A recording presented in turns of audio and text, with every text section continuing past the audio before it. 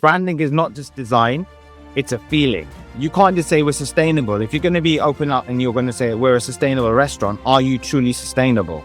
And you need to make sure, and this is all connected to the branding, because you have to really think hard about technology, think about how are you going to get bums on seats or heads in beds in hotels. These are the kind of factors that are all connected to the branding, and then that will really help you understand how much are we going to invest to open up this restaurant. Why should I come to your restaurant or to your hotel? The second question is, why should I come back? I think one of the easiest thing is to get a new customer in the door. The hardest thing is to keep them coming back.